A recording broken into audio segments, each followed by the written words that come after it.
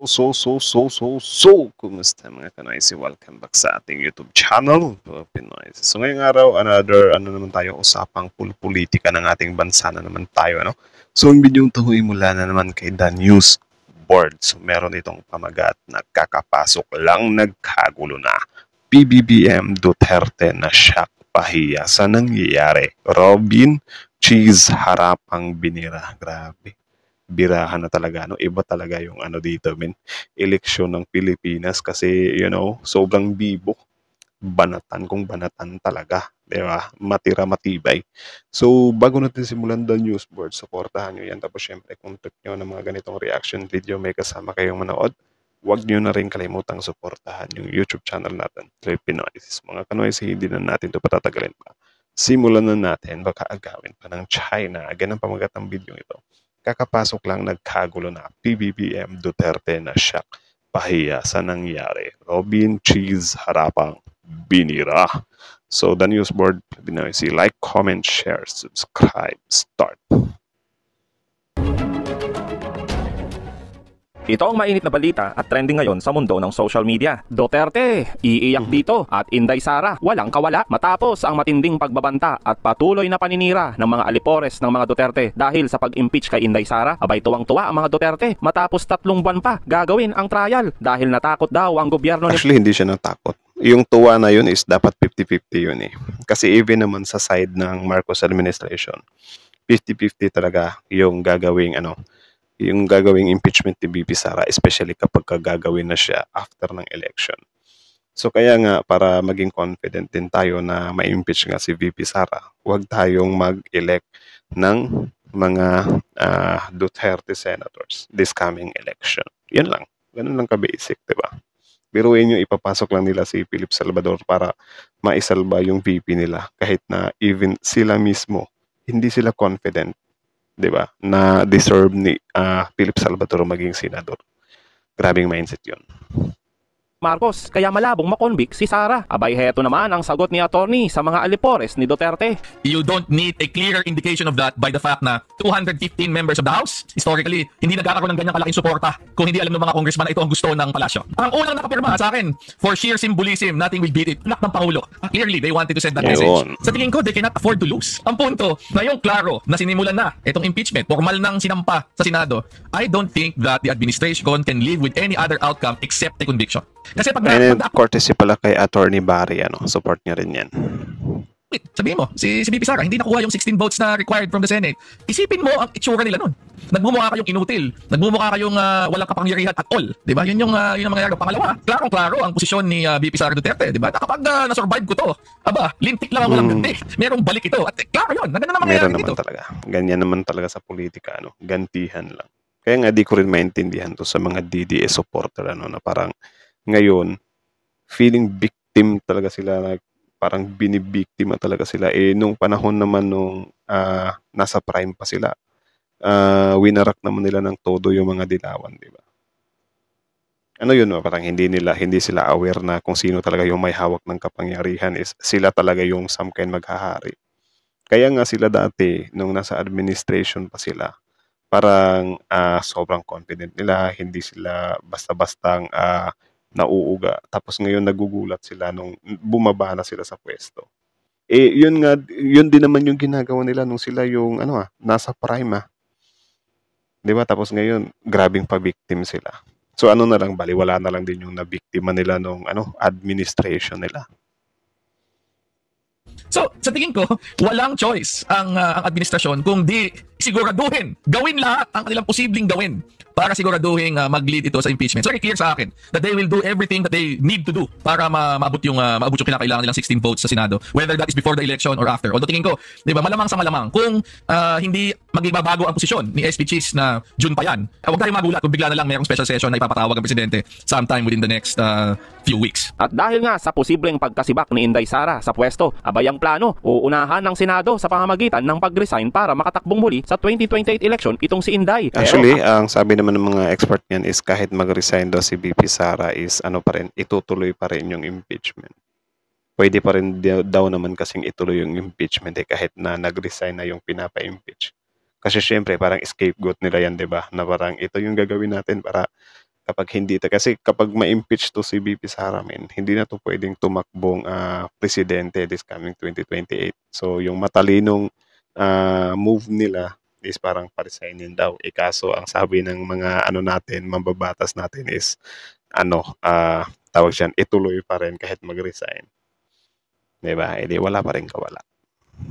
Ayon mismo kay Kong Luistro at isang makamarcos. Kung mag-resign ang ating Vice Presidente, I understand that the removal from office will become moot and academic already. Dahil sino i-remove mo kung nag-resign na nga. But with respect to the second prayer, it is my humble submission, kailangang ituloy ang impeachment trial para magkaroon ng determination whether she will be meted with perpetual disqualification to hold office as well. Yun. Unang-una, grounds of impeachment, no? So mga kababayan, para sa akin, itong Article 1 pa lang, napakadelikado po talaga na magkaroon tayo ng isang presidente or any public officials sa gobyerno Ulit tayo, na men, kapag ulit. impeachment, no? So mga kababayan, para sa akin, Courtesy kay Takeru Miyamoto. Basahin lang natin. Article 1, respondent betrayed the public trust, committed culpable violation in the Constitution and or committed high crimes in contracting an assassin and plotting to murder or assassinate the incumbent president, the First Lady, and the Speaker of the House of Representatives as publicly admitted by her in a live broadcast. Nag-live pa talaga, di ba? Hindi talaga nag-iisip, men. So, yun pala yun. Again, courtesy kay Takeru Miyamoto. itong Article 1 pa lang, napakadelikado po talaga na magkaroon tayo ng isang presidente or any public officials sa gobyerno na kapag napipikon papatay ng tao. Tama. So ito yung sinasabi po ni Luistro na posibleng maging grounds para magtuloy-tuloy pa rin po yung kaso ni Sara sa impeachment kahit po na mag-resign pa itong baliw na presidente po na to. Pag napatunayan po sa Alam niyo kung bakit mas nakakatakot si VP Sara over kay Digong? Si Digong kasi, yung pinagbabantaan niya is yung mga addicts. 'Di ba? Which is yung tao, hindi siya parang yung ibang tao, especially yung mga solid supporter nila, parang hinail nila ba na ganyan talaga master. Kasi ang pinaniniwalaan nila, yung mga dick-ass na yun is parang deserve din nila na matsugi, something like that. Pero itong kay VP Sara, tingnan nyo ha, dahil sa galit niya sa presidente, pati asawa ng presidente, willing niyang ipatumba. Diba? So, paano na lang if ever naging presidente yan, kung sino man yung gusto niyong ipatumba, wala. Goodbye agad lahat. impeachment trial na totoo itong graft and corruption ni Sara or committed bribery. And actually mga kababayan, may mga ebidensya po talaga dito at meron pa po talagang mga eyewitness na si Sara Duterte po ay nagbabribe ng kanyang empleyado. Si Gloria Mercado, di ba, pati yung isang lalaki sa DepEd.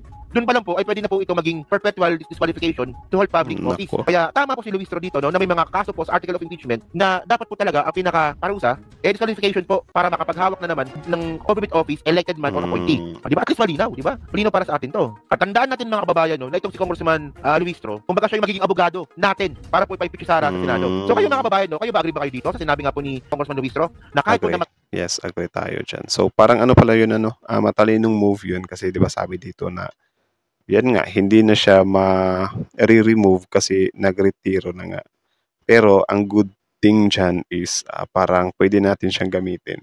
Kung ipagpatuloy natin, tapos parang I think kapag mag-succeed, pwede natin siyang gamitin na pang-disqualify sa kanya if ever tatakbo siya. So in short, wala pa rin siyang kawala.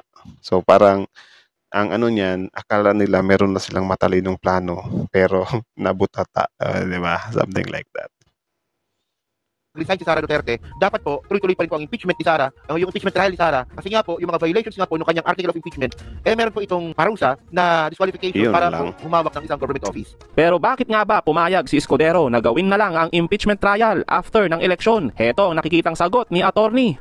Siguro nakikita ni Cheese na mahihirapan sa present na komposisyon ng Senado. Dapat ang manalo mga senador na pabor sa impeachment. Kasi kapag nanalo yung mga senador na buboto na makonvict si Sara, ay di convicted si Sara. Pero kung ngayon ang botohan, ito lang present Senate na ito, itong 19th Congress na Senate, nandyan si Bato, nandyan si Bongbong, o nandyan pa si Amy Marcos, Cynthia Villar, o lahat yan lahat yan mga Duterte. So ang iniisip siguro ni Cheese, wala, mahirap dito sa kasalukuyang Senado. So para kay Cheese, i-delay muna, tapos June 2 na magsimula. Baka ayun yung naiisip siguro ni Cheese. Pero Mahirap. malaking risk din yan kasi yun nga, hindi din naman natin alam kung totally talaga hindi makakalusot yung mga senador ng Dutertes, di ba? Si isipin yun, nandun si Bongo, si Bato. Bato ngayon, grabe talaga yung ginagawa nilang nagha-hustle hard talaga sila para, binira na nga nila yung Pangulo, di ba? Kung ano-ano yung mga pinagsasabi nila. Si Marcoleta din. I think si Marcoleta, ewan ko kung makakalusot yan kasi dati naman hindi siya nakalusot. So, I think parang malabo pa rin siyang makalusot ngayon, Pero itong si Philip Salvador, men, Di ba? Alam naman natin na itong mga Pilipinong to, sobrang fun ng mga artista, mga action star. As long as sikat, iboboto nila. Yun yung nakakatakot. Diba? Kasi yung realidad ng Pilipinas, kung sino yung mga sikat, yun yung mga binoboto kahit wala namang kaalam-alam sa ano, 'di ba? Sa Senado. Baka dadami lang yung mga Robin Padilla senators natin sa Pilipinas. 'Di ba? Tapos na-hurts pa sila nung sinabihan na parang nagde-deliver lang ng suka, ni literal pa. May mabato lang na may babato lang na anggulo. manalo ang conviction sa present na komposisyon ng Senado. Pero alam nyo mga kabunyog, mga kababayan, medyo talaga komplikado. Pero ang importante dito, pag nagkaisa ang Senado, ibig sabihin nag-proceed ang Senado at ang presidente gumalaw, yung mga senador na yan, hindi yan makakahindi. Ngayon, kung akong tatanungin, desisyon na ngayon pa lang, ano ba talaga? Kung hindi man matapos, o hindi matapos, pero kailangan simulan na. Sisimulan mo ng yun pa, ang layo na niyan. Marami tuloy nag-iisip. Ito yatang si Chis Escudero, parang pro Duterte ito eh. Hindi ko alam. Pero ang sigurado dito, ay, delikado si Chis. Pag hindi niya inaksyonan ang impeachment na yan, dinelay niya pa ng dinelay, delikado siya. Nakakapundi itong mga senador na to. Alam nyo mga kababayan, pag impeachment tayo si VP Inday Sara sa Senado, hindi po pwedeng puro basihan mo yung explanation. Ang magiging resibo mo, puro explanation. Puro paliwanag, hindi po pwede. Kailangan may nakakibat na resibo at tibayan, documents, na nagpapatunay na ganito mo ginastos ang confidential fund, ganito mo ginastos ang pondo ng DepEd, pondo ng OVP. Kinakailangan suswak yun. Tama. Yun talaga yung makakapagpalinis ng issue ni VP Sara. Ang problema kasi sa kanila, wala silang maibigay na pruweba. So ang ginagawa nila, hinahanapan din nila ng butas yung kabilang partido, yung mga kalaban nila, na hindi pa naman nangyayari talaga. Alam niyo yung national budget, hindi pa nga totally napasakamay yung budget. Inaano na nila na kinurap daw agad. 'Di ba? Sa kanila kinurap na talaga. So alam niyo kung gaano ka weak yung some kind nila, atake nila. Yung issue mo, kinurap na talaga. Tapos para matabunan yan, gagawa kayo ng istorya na itong perang to kukurapin pa lang. 'Di ba? So, ewan ko bakit ganyan yung mindset nila, men. Report ng COA, wala rin. Isipin mo, wag mo na tayo pumunta doon sa kung paano ginastos ang confidential fund. Wag mo na tayo magpunta doon sa usaping may nangyaring katiwalian sa OVP or DepEd. Wag mo na tayo magpunta doon. Dito muna tayo magpunta sa usaping totoo, may resibo, totoo. 100% totoo.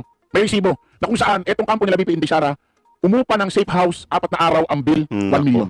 Lumalabas ang upa ng isang bahay na safe house isang araw 250,000. Doon muna tayo magpunta. Ito point ko. Doon pa lang malalaman mo na hindi tama ang paggastos eh. Doon pa lang eh. Grabe, 250k anak ng teteng yan.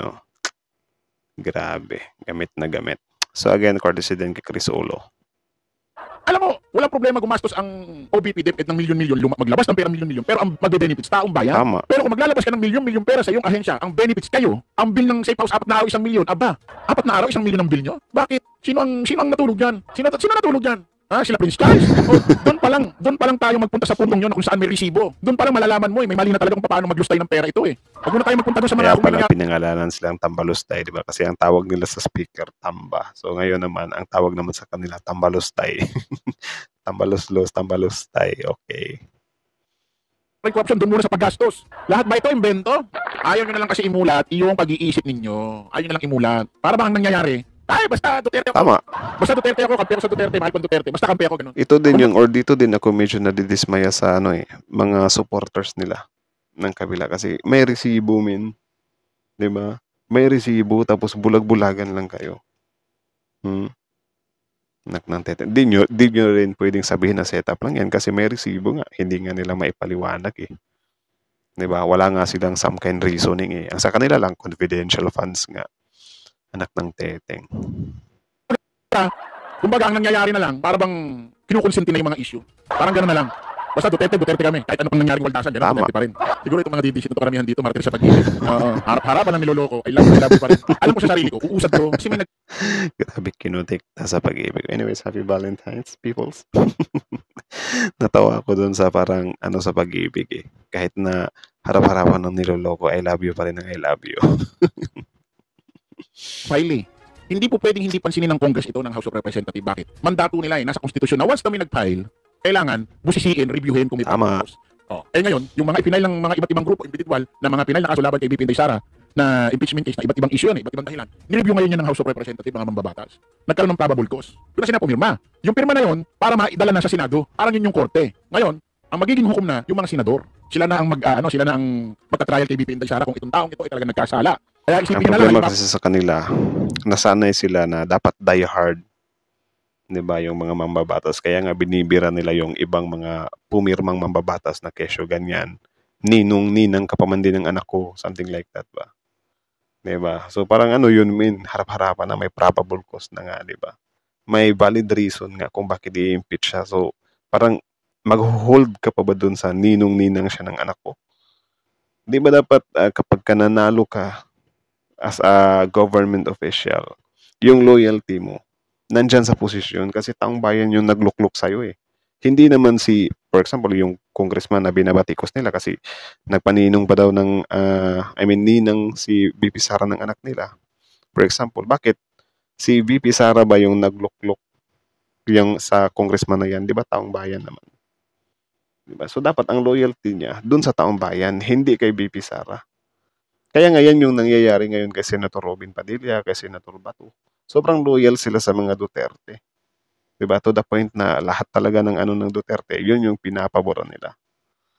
Kaya nga hindi nila matanggap-tanggap yung kay PBBM na kesyo ganyan. Uy, magkakampi tayo nung tumakbo tayo tapos ngayon parang hindi ka papabor or hindi ka sasangayon sa mga gusto namin. Hindi talaga sasangayon si PBBM doon kasi meron siya nakitang mali din eh. Tsaka siya din yung malilintikan doon or siya din yung mapapahamak doon. Kasi alam naman natin na yung si PBBM,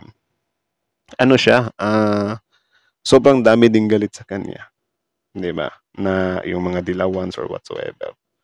Kaya kung if ever man up until now, si PBBM is, nasa side pa rin ng Duterte, baka silang dalawa pina-impeach.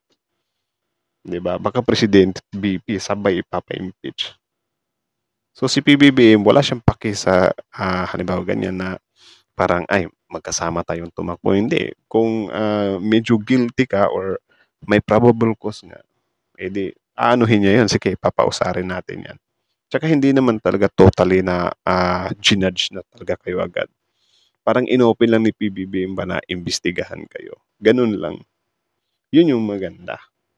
Walang kaibigan, walang kumpa-kumpare. Diba? Service yung totoo lamang, men. alam ko ha, sipin mo na manalo si Ipe, manalo si Jimmy Bondo, manalo si Willie Villame. Sipin mo nakikita mo sila sa June 2025 mga nakasuot ng toga, sila ang hukom. Nalaman. Tapos sabi ni BP Inday Sara, sa totoo lang, mas masakit pa maiwan ng boyfriend girlfriend kesa ma-impeach sa House of Representatives. Diba? Yun ang sabi mo sa bibig mo. Pero yun nga, kabaliktaran I think. Ewan ko na sa kalooban. Sa totoo lang mga kababayan, pag ito na-impeach trial si Pusit sa Senado, tinrial na, nililitis na siya. Yung mga hindi niya nasagot sa House of Representatives, sa Quadcom, yun din mga itatanong sa kanya. Kaya yung sinasabi niya na interview nagpapalakas loob siya, sabi niya, salamat, na-file na para masagot na rin ang mga katanungan. Style. Kumbaga para sa akin, pinakikita niya lang na mayroon pa siyang mga pero wala naman. Kasi mga kababayan, bakit ba humantong sa impeachment trial? Kaya napunta sa impeachment trial sa Senado dahil din sa mga hindi niya nasasagot. Tama. Pero kung dati pa lang nakakapaglabas na sila ng tamang ebidensya, tamang resibo, napapatunayan nila sa Quadcom, tapos yung mga nilalabas nilang resibo, sumuswak doon sa nilalabas ng report ng COA, hindi naman mapupunta sa ganitong eksena eh. Natawa nga ako doon sa parang nung inimbitahan siya sa Senado tapos tinanong siya ni Hontiveros tapos hindi niya masagot. Biglang pinersonal si Hontiveros. Ito si Hontiveros kasi nagpapaano to ng boto sa amin. Anak ng teteng. Oh. Grabe. Yung sapat na dahilan para ma-impeach sa House of Representatives. Kaya kung na-impeach mo siya sa House of Representatives, kasalanan din ng kampo nila eh. Kasalanan din niya eh. Dito natin malalaman, mapapatunayan. Dito rin natin makikita kung sino talaga ang mga senador na pumapanig sa tama at katotohanan. Dito rin natin makikita yung mga nagpapakita taong gumigit na. Dito natin malalaman mga kababayan lahat. Tama. Tsaka dito din natin malalaman na itong mga supporters nga ng mga Dutertes mostly is mga diehard lang talaga. 'Di ba? Kahit anong iba to, wala. Diehard kami. So bahala kayo dyan. Kung may nakita kayong butas sa mga Dutertes namin, edi hahanapin din namin kayo ng butas. So parang ganun yung solutions nila. Grabe, mindset yun Isang malaking pagkakamali yung ginawa niyang pahayag nung nakaraan. Sobrang laking pagkakamali. In-interview siya noong January 13, kasagsagan ng peace rally ng INC. Ano sabi niya? Magnono siya sa Senado na impeach trial na si BP Inday Sara Duterte. Magnono, nakaready na yung sagot niya. Kung iisipin mo, gagamitan mo ng isip, ng utak, bakit ka nakaready agad ng no? Hindi pa naman natatapos. Diehard eh. Diba? So wala siyang pake kung ano yung mga ebidensya na ibibigay niyo. Magnono ako kasi syempre kaibigang buo kami. Solid kami ng tatay niya. So Yun yung tinatawag ko na diehard. Kaya nga dito sa politika, bawal yung diehard. Parang medyo malapit lang yan sa political dynasty. Di ba? My God. Kasi kahit kaibigan mo si Digong, kahit kaibigan mo ang pamilya Duterte, kahit kaibigan mo si VP Inday Sara, personal niya yun. Pero once na pumasok ka na sa loob ng Senate Hall, sa Senate hearing, at sinuot mo na yung toga mo, dapat yun, lahat yun, inilalabas mo na sa utak at kalooban ng katawan mo. Dapat, yung moment na yun, iniisip mo sarili mo, hukom ako, kailangan gumit na ako rito. Wala akong pakialam sa pare-pare system. Kinakailangan hukom ako rito, kailangan talaga litisin. Kailangan pumanig sa tama. Magdesisyon ng tama. Pero yung sinasabi mo, magnuno ka na agad, tapos wala pa naman trial na nangyayari. Ibig sabihin, hindi ka babase sa mga lalabas na katibayang resulta doon sa trial Diba? mo. Kaya ka nagnuno, bumabase ka kasi kaibigan mo si Digong. Isipin mo Yan din yung nangyari kay Kibuloy.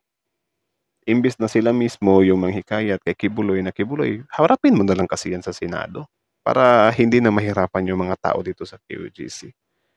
Di ba? Total, kung kaibigan nyo naman si Kibuloy, pwede nyo namang i-offer na, Kibuloy, wag kang mag-alala. Nandito naman kami sa Senado eh. Puprotektahan ka na naman namin or tutulong kami para hindi ka basta-bastang mapipiga dun sa Senado. Pero hindi yun yung ginawa nila. Ang ginawa nila, maawa kayo, hindi kayo naawa sa mga tao sa QGC. Di ba? Imbis na palabasin na lang nila si Kibuloy, na Kibuloy, lumabas ka na lang para yung mga tao dito sa QGC hindi na magsasuffer. Ang sa kanila, grabe yung mga pulis natin dito Kawawa yung mga tao dito sa QGC. So parang, lumalabas yung pagiging diehard nila. Imbis na sila mismo yung umusik kay Kibuloy na, sige, punta tayo dun sa Senado. Huwag kang mag-alala, senador naman kami. Di ka namin pababayaan. Sana yun yung ginawa nilang suporta, hindi yung suporta personal na parang kaibigan namin to si Kibuloy eh. Parang ganyan ba? Di ba? Pangit yung kalalabasan. isaksak mo sa utak mo to, sir. Bakit ka nga magnuno? Hindi wala pa trial. Dapat ito talaga mag-resign to eh. Dapat talaga mapaalis ko din sa Senado eh. Di ba? Sino mo magnuno ka, wala pang trial? Ibig sabihin, kahit may lumabas na malalaking ebidensya, resibo, katunayan talaga nagkaroon ng korupsyon sa OBP at DepEd, no ka pa rin. Grabe. Nakano ka pa rin. Hindi ka nababase sa mga resulta ebidensya. Babase ka na sa pagiging magkakaibigan nyo. Tama. Puti ka nung klaseng senador ka, sir. Napakaengot mo. Isa ka rin eh. Alam mo, big mistake ka rin talaga. Ba't ka nanalo dyan? O totoo lang, senador na isa ka sa mga pinakamalaking pagkakamali ba't ka nagkaroon ng posisyon sa gobyerno. Tama naman. Kasi unfair naman talaga, men. Unfair. Sobrang unfair. Kasi yun nga, sabi ko nga sa inyo. Sila kasi, men, 'di ba? Meron kasi silang utang na loob eh. Si PBBM nga, hiningan nga nila ng utang na loob eh, na grabe, wala kang utang na loob. Pinanalo ka ng mga Duterte, anak ng teteng, na utang na loob na tuloy. Hindi mga Duterte yung nagpanalo sa kanya, taong bayan. Regardless kung BBM supporter or Duterte supporter yan. Taong bayan yung nagluklok sa kanya. Tsaka okay lang sana kung i-claim talaga nila na if 100% talaga ng bumoto kay PBBM is mga Duterte supporters lang. Eh ayun, merong mga Marcos loyalists, 'di ba? Merong mga nasa gitna lang, meron yung mga random lang na tao. Kaya sobrang pangit na i-claim mo na utang na loob. Yan yung nangyari kay kay some kind Senator number 1. Ang akala niya Duterte yung nagpanalo sa kanya. Yang totoo lang naman talaga yung mga kababayan nating Pilipino. Bakit do you think pa lahat ng Duterte supporter lang ang bumoto kay Robin? Eh meron din namang mga Marcos supporters. Meron din namang mga Pilipino lang na gusto lang ng artista. Meron din namang mga Pilipino lang na sobrang idol siya sa kanyang pagiging artista. Diba? So dapat yung loyalty niya, hindi lang siya umiikot sa mga Duterte. Dapat sa taong bayan. Kasi utang niya sa taong bayan yung pagkapanalo niya eh. Diba? Ito yung problema natin sa Pilipinas eh. Kasi yung mga politiko, akala nila kapag nanalo sila, wala. I deserve it. Yang totoo lang naman, trabahante lang sila ng taong bayan. Diba? So, yun lang naman. So, ang video yun ay mula kay The News Board. So, supportahan nyo yan. Original video link in the description box below. Tapos, syempre, before you leave on our YouTube channel, don't forget to subscribe our YouTube channel, Philippinizes. So, The News Board, supportahan nyo yan. Original video link in the description box below. Subscribe nyo rin. Tapos, yun. Yun lang naman. Kayo na masasabi nyo doon. Comment down below. So, about naman doon sa parang June, medyo mahirap nga talaga yun. Na parang June pa uusad yung impeachment kasi medyo risky yun. I think papabor lang yun sa sa current administration if ever tagilid sila sa mga senador ngayon. Kasi yun nga, kung next time, kasi hindi din naman natin masasabi talaga na walang mga DDS na supporter na makakapasok or mga DDS senators na makakapasok this coming election.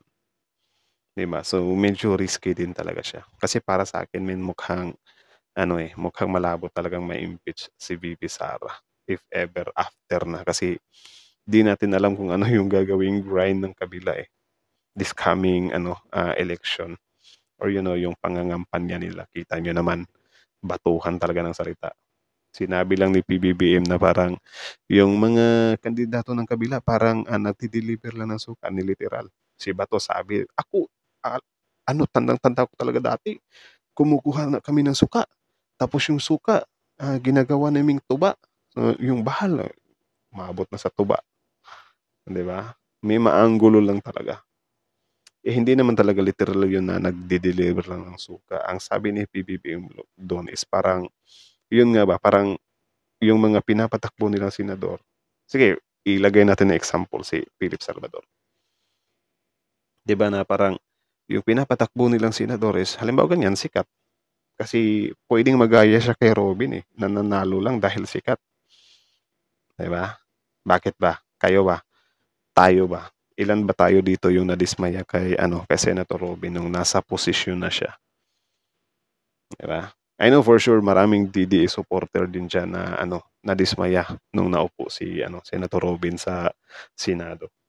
'Di ba? Hindi tayo na-satisfy kasi parang mukhang ewan lang siya diyan sa Senado. Even pa naman nung hindi pa siya tumatakbo.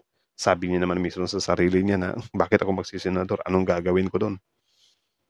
Yun nga yung nangyari. Tapos ngayon, ilalagay niyo pa si Philip Salvador dyan. Na parang random lang, kukuha lang kayo. Yung word na parang nade-deliver lang ng suka, hindi yun literal. Parang I think figure of speech lang siya na parang kung saan-saan nyo lang kinuha ba. Kasi yan yung problema sa atin dito sa Pilipinas Hindi tayo nakabase sa mas maganda sana kung lawyer or sobrang ganda talaga ng track record yung ilalagay natin senador. Sa atin dito, artista, sikat, 'di ba? Namimigay ng tulong, something like that. So kahit wala namang kaalam-alam talaga or hindi naman talaga nakikitaan ng potential sa pagiging senador is as long as sikat, sige, iboto natin yan. Tapos ngayon, ang masaklap pa, as long as nasa line-up nung die-hard na idol nila, yun din yung binoboto nila. So parang pangit na yung kalalabasan, di ba? Tapos yun nga, yung sabi naman dito ni Senator Robin na parang magnono agad siya. Medyo unfair yun sa taong bayan medyo unfair yun sa bumoto sa kanya na wala ka ng paki sa gagawing investigasyon, paglilitis, bigla ka na lang magnono. Isipin nyo yung ganyang loyalty, men. Di ba? Isipin nyo yung ganyang mindset. Siya malapit siya sa bulag-bulagan word. Na parang kahit nakita mo, as long as idolo mo or as long as sinusuportahan mo siya, susuportahan mo siya hanggang dulo. Diba?